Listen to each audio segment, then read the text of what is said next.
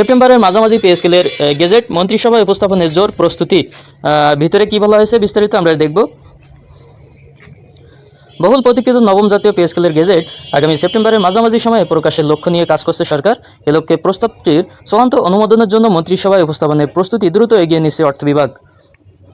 সংশ্লিষ্ট সূত্র বলছে, বেতন ভাতা ও অন্যান্য সুযোগ সুবিধা সংক্রান্ত অবশিষ্ট জটিলতাগুলো দ্রুত নিষ্পত্তি করে আগামী মাসের শুরুতেই প্রস্তাবটি মন্ত্রিসভায় তোলা হতে পারে। অর্থ বিভাগ ও সংশ্লিষ্ট একাধিক সূত্রে জানা গেছে, মন্ত্রিসভার অনুমোদনের পর প্রস্তাবটি আইন মন্ত্রণালয়ে ভেটিংয়ের জন্য পাঠানো হবে। আইন প্রক্রিয়া সম্পন্ন হলে সেপ্টেম্বরের মাঝামাঝি সময়ে গেজেট প্রকাশ করা সম্ভব হবে। এর আগে আগস্টের মধ্যে গেজেট জারির আলোচনা থাকলেও বেতন বৃদ্ধির হার, বিভিন্ন ভাতা ও সুযোগ সুবিধা, জুডিশিয়াল সার্ভিসের বেতন কাঠামোর সঙ্গে সমন্বয় ও সরকারের আর্থিক সক্ষমতা নিয়ে পর্যালোচনার কারণে সময়সূচিতে পরিবর্তন এসেছে। বর্তমানে অবশিষ্ট বিষয়গুলোর দ্রুত নিষ্পত্তির উপর গুরুত্ব দেওয়া হচ্ছে।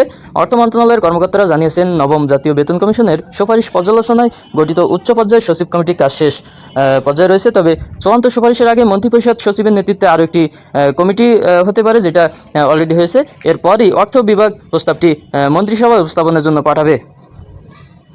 অর্থ ও পরিকল্পনা মন্ত্রী আমির খসরু মাহমুদ চৌধুরী সম্প্রতি বলেছেন, সংশ্লিষ্ট কমিটির কাজ শেষ হলেই বিষয়টি মন্ত্রিসভায় যাবে এবং চলতি বছরের মধ্যেই নতুন বেতন কাঠামো বাস্তবায়ন বা কার্যকর করার লক্ষ্য রয়েছে।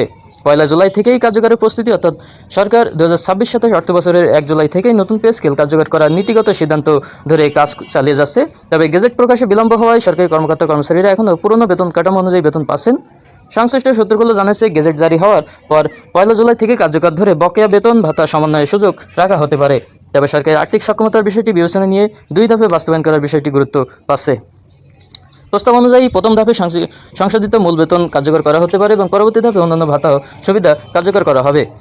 সরকারি সূত্রগুলো বলছে, জাতীয় বেতন কমিশনের সুপারিশ বিভিন্ন গ্রেডে 100 থেকে 140% বেশি বেতন বৃদ্ধির প্রস্তাব থাকলেও বাস্তবায়নের আগে কিছু ক্ষেত্রে পুনর্বিবেচনার সুপারিশ করেছে সচিব কমিটি, যেটা 100% বলা হচ্ছে।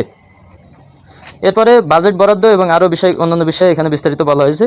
তো পে স্কেলের গেজেট প্রকাশের সময় কিন্তু সেপ্টেম্বরের মাঝামাঝি, অর্থাৎ সেপ্টেম্বরের দ্বিতীয় সপ্তাহে গেজেট প্রকাশ হওয়ার সম্ভাবনা বা যে সেই প্রস্তুতি অনুযায়ী সরকার কাজ করছে, এটি কিন্তু এই খবরে বলা হয়েছে এবং আরও অন্যান্য পত্রিকায় একই ধরনের খবর প্রকাশ হচ্ছে। আমরা আশা করি সরকারি কর্মচারীদের যে দীর্ঘদিনের বহুল প্রতীক্ষিত নবম জাতীয় পে স্কেলের গেজেট, সেটি এই সময়ের ভিতরেই কার্যকর এবং প্রকাশ হবে।